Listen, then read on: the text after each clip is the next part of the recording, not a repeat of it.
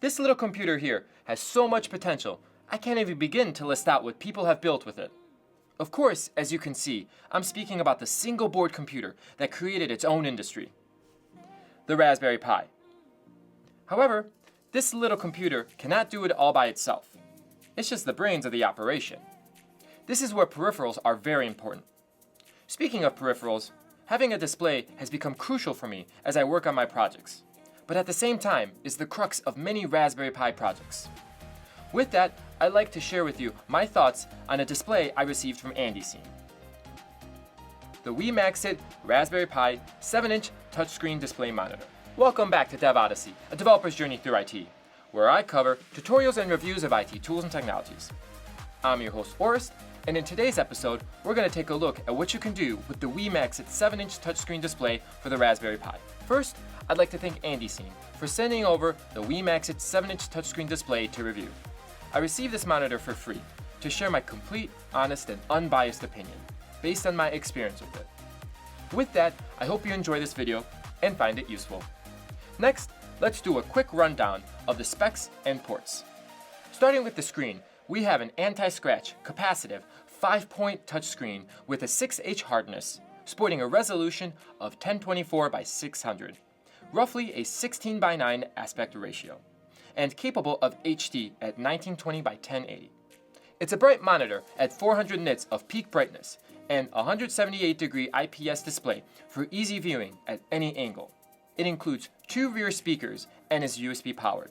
For the ports, it has 2 HDMI ports, 2 micro USB ports for power and for touch, 1 additional micro USB port for power only, a 3.5mm audio jack, and a paddle wheel for volume and brightness control.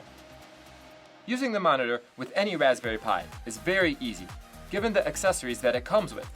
With it, we get a USB-A to micro USB adapter for the Raspberry Pi 4, 3, and 2, the HDMI A to HDMI A adapter for the Raspberry Pi 3 and 2, a micro HDMI D to HDMI A adapter for the Raspberry Pi 4, an HDMI A cord, and a USB-A to micro USB cord for all your connectivity needs.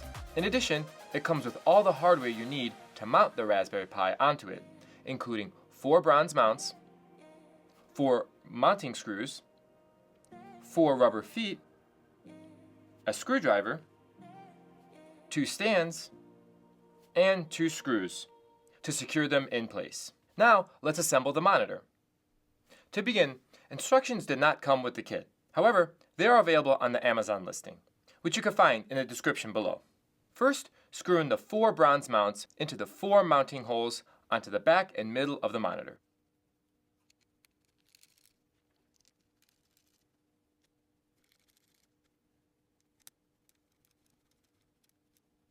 Then, place the Pi on top of the 4 mounts.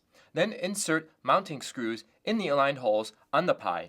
Then tighten the screws to secure the Pi onto the mount.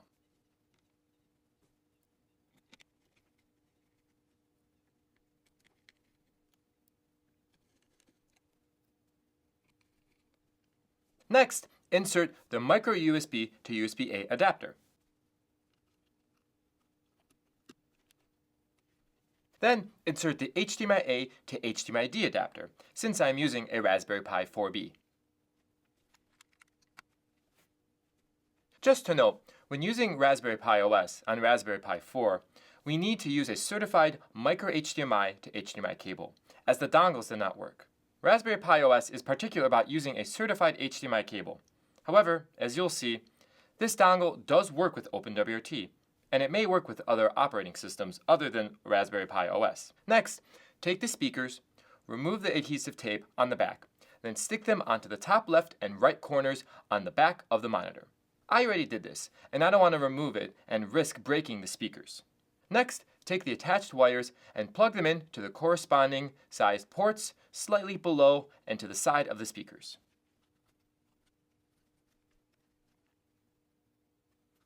Then, take each stand. Line up each hole on the stand to the hole on the back and the bottom of the monitor. Insert each black screw and screw them into place.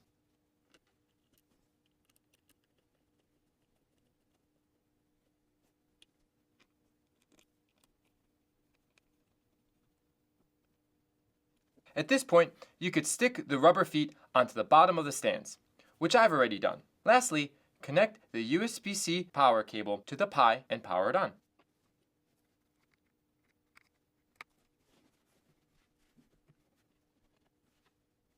With that, let's get into my 3 use cases for this monitor. I've never had a small display for my Raspberry Pi projects, but now that I have this, it's become a useful tool for me as I build out different projects and provision my Raspberry Pi. For one, it has reduced my reliance on my HDMI monitor that is already being used by another computer. Constantly having to switch my HDMI monitor from my computer to my Raspberry Pi is a burden on my workflow. With this monitor, it doesn't need a separate power adapter when using it with a Raspberry Pi. It's effectively plug and play. My primary use case for this monitor is as a debug monitor for OpenWRT. Using a custom-built firmware image with the ability to increase the font, I can comfortably view the terminal, change configuration, view logs, and execute commands as needed, especially when I've locked myself out of the Lucy interface. It has happened all too often as I make network changes, so using this monitor allows me to maintain focus while I test changes in OpenWRT. For this video, I learned how to build my own OpenWRT image. So if you want to learn how to make your own custom firmware image of OpenWRT, get subscribed below. My secondary use case is as a touchscreen Raspberry Pi desktop or other OS for Raspberry Pi with a GUI. With the touchscreen, I use it as a standalone Raspberry Pi desktop running Bullseye, without a mouse or a keyboard. After decreasing the resolution and increasing the window size, it makes the monitor easy enough to use with a touchscreen keyboard. The best and most reliable on-screen keyboard I used in my testing was Onboard. I was able to easily type on it and move the keyboard out of the way with my finger. During my testing, the touchscreen did give out occasionally, but that could be a software issue, and it came back up promptly. Speakers worked very well after I remembered to change the audio output to HDMI.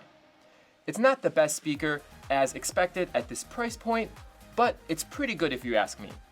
Take a listen for yourself.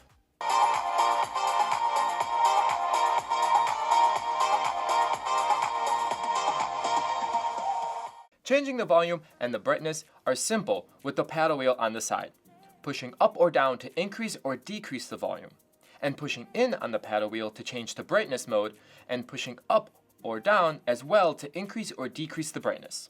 My last use case is as an external laptop monitor. Before I dive into my thoughts, I have to say it does not function as a touchscreen external monitor when hooked up to another computer, at least for macOS. I expected this, as macOS likely doesn't have the proper touchscreen drivers. However, this isn't to say it won't work with other operating systems. Just for macOS Monterey, it doesn't. Continuing on, this monitor is very useful for when I need a display on the go that I can power from a USB port on my laptop. It functions and responds well as an external display, and the speakers also work when used as an external display. Not that you'd use them, but it does work. It functions great as a side multimedia monitor for listening to music or watching videos, a convenient reference monitor for reading and editing text, and even a virtual terminal monitor, just like in my first use case. It's perfect to get those types of apps off your main display, where your focus is, and onto the side monitor. The monitor defaults to 1024 by 600, which honestly I think looks best. At 1920 by 1080, everything on the display becomes too small to be legible, so it's somewhat useless at this resolution. But it's nice to know that you can get up to 1920 by 1080 on this monitor, with other resolutions in between. These use cases above are just what I've encountered so far, but there are so many other ways you can use this monitor, such as a home automation console, a point-of-sale terminal, an indoor air quality monitor, and even a mobile RetroPie gaming monitor. So if I ever decide to engage in these projects, I know I'll have the right monitor for the job. Overall, with everything that comes with this monitor, its use cases, and its price point at $75, I think it's a great purchase that will suit your needs for many projects for years to come. Check out the links in the description to get one for yourself. Thanks for following me in my journey. I really appreciate it. If you got some value out of this video, go ahead and give it a thumbs up. And if you like this type of content and other content around IT technologies, networking, security, and more, go ahead and subscribe to my channel and click that bell for notifications so you don't miss the next video. Would you get your own mini monitor for a Raspberry Pi? If so, what would you do with it? Let me know in the comments section below. Thanks again, And I'll see you in the next video.